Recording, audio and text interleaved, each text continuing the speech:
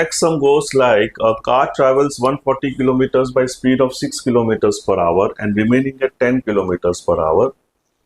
If speeds are reversed, then it travels 8 kilometers more in same time. Then find time taken by car to travel 140 kilometers and also find the average speed of car. So इसमें अपने को दो scenarios दे रखे हैं कि पहले वो 6 kilometres per hour की स्पीड से कार चलती है, बाद में 10 किलोमीटर्स पर आवर की स्पीड से कार चलती है, तो ये टोटल डिस्टेंस 140 किलोमीटर्स ट्रैवल करती है।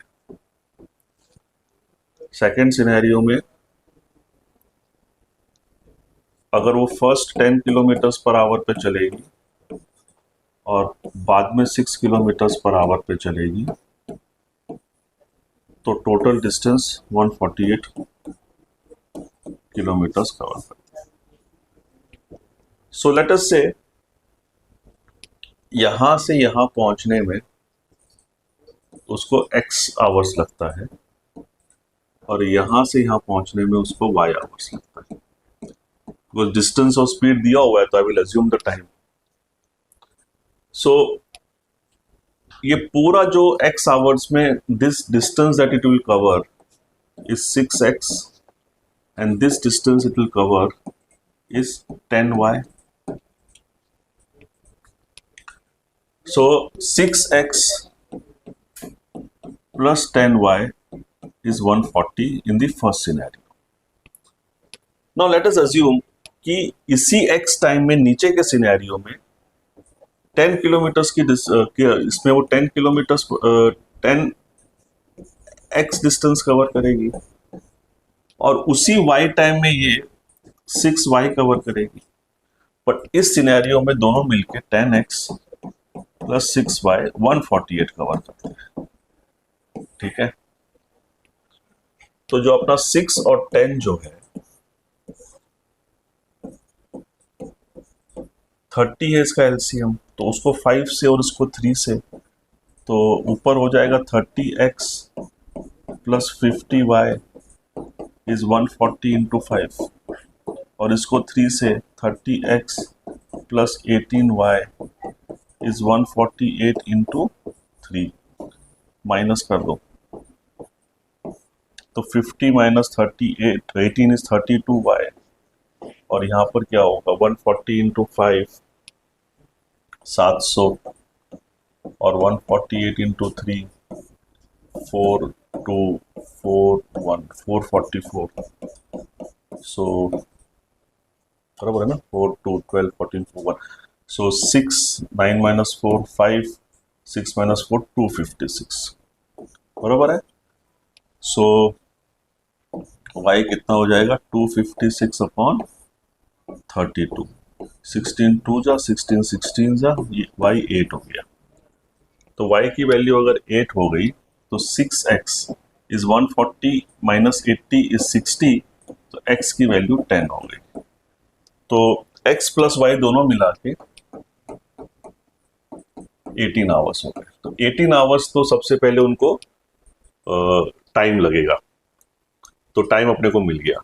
Find the time taken to travel 140 kilometres and also find the average speed of the car. तो यहां पर मेरे को 6 किलोमीटर्स पर आवर में जो x टाइम थी वो 10 आवर्स लगा और यहां पर मेरे को 8 आवर्स लगा। ठीक है ना,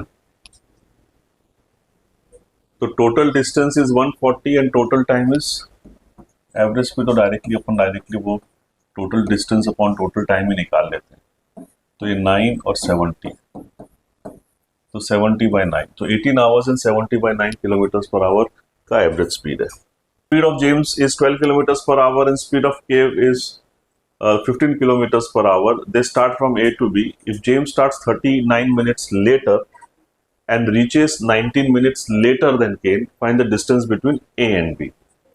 तो देखिए भाई, जो जेम्स का जो स्पीड है और जो केन का जो स्पीड है उसका रेशियो 12:15 है, एंड दैट मीन्स 4:5 है, because they are travelling the same distance, which means उनका जो टाइम का जो रेशियो होगा वो स्पीड के रेशियो से रिवर्स हो जाएगा। मतलब जेन को 5 मिनट लगते हैं तो केन को 4 मिनट लगते हैं। लेकिन इन दोनों का डिफरेंस कितना दे रखा है? एक तो जेन 39 मिनट्स लेट निकलता है और 19 मिनट्स लेट पहुंचता है, तो दोनों का डिफरेंस 39 माइनस 19 होगा, दैट इज 20। तो 20 की जो वैल्यू है, एक की वैल्यू 20 मिनट्स दे रखी है, मतलब एक की वैल्यू 1/3 आवर्स दे रखी है। तो ये जो 5 टाइम लगता है जेन को, उसको 5/3 आवर्स लगता होगा, और उसकी स्पीड है 12, तो टोटल दोनों के बीच का डिस्टेंस 20 किलोमीटर हो गया। ठीक है। Now, if this sum would have been given in a scenario where it would have been said कि 39 minutes later निकलता है और 19 minutes जल्दी पहुंचता है, तो उस केस में जो टाइम का डिफरेंस है वो 58 मिनट्स हो जाता। होता कि नहीं होता? If the sum would have been he reaches 19 minutes earlier. अच्छा, 58 मिनट्स मतलब 58/60 आवर्स। तो एक की वैल्यू 58/60 आवर्स है, बिकॉज डिफरेंस एक का है, तो 5 की वैल्यू कितने की होगी? 58/12, बिकॉज 60 और 12 5 कट जाएगा। अब अपने को डिस्टेंस पूछा है तो उसका स्पीड कितना था? 12, तो उस केस में स्पीड हो जाता, डिस्टेंस हो जाता 58 kilometres. So it all depends upon how do you compare the time differences. So this sum is basically based on the concept of when the distance is same, then the ratio of speeds is actually the ratio of time is inverse of the ratio of speeds. So the sum goes like 2 bullets are fired from a place at an interval of 11 minutes. A person approaching that place hears it at a gap of 10 minutes. If speed of sound is 330 meters per second, then what is the speed of the person? तो आप देखिए कि जो speed of sound है,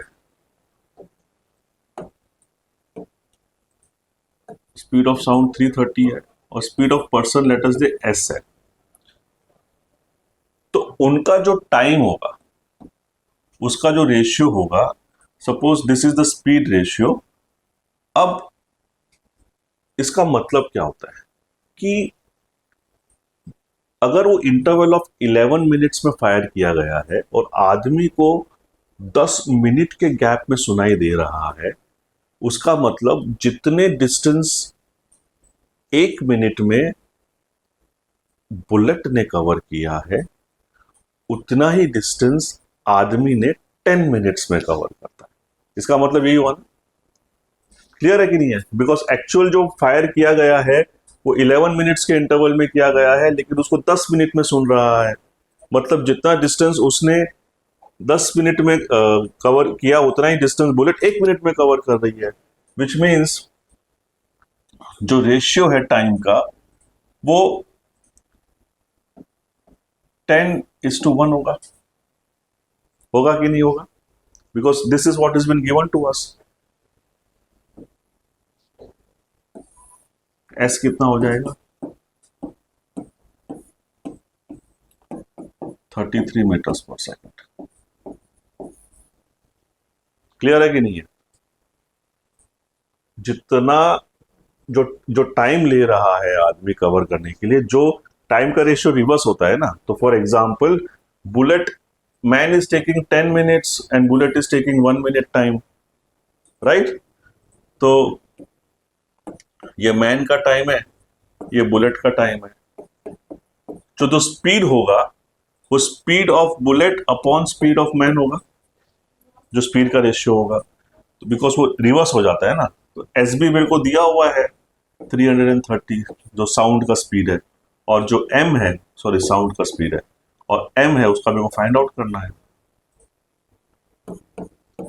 तो S M कितना हो जाएगा? 33 मीटर्स पर सेकेंड ना। This is the same concept कि जो बुलेट जिस स्पीड से जा रही है उसमें वो जो सेम डिस्टेंस है, वो जो 1 मिनट में कवर कर रही है, उतना ही डिस्टेंस आदमी 10 मिनट्स में कवर कर रहा है। So 330/s will become 10/1। Simple है, रेशियो रिवर्स हो जाएगा, and that's what is been given to me. थोड़ा सा ट्विस्ट करके सवाल को पूछा है। So answer is 33 metres per second. I hope you enjoyed my time, distance, and speed videos and lectures. If you have any queries, please contact me on my WhatsApp number. I'll be available there 24/7. And please do not forget to subscribe on my YouTube channel. Thank you so much.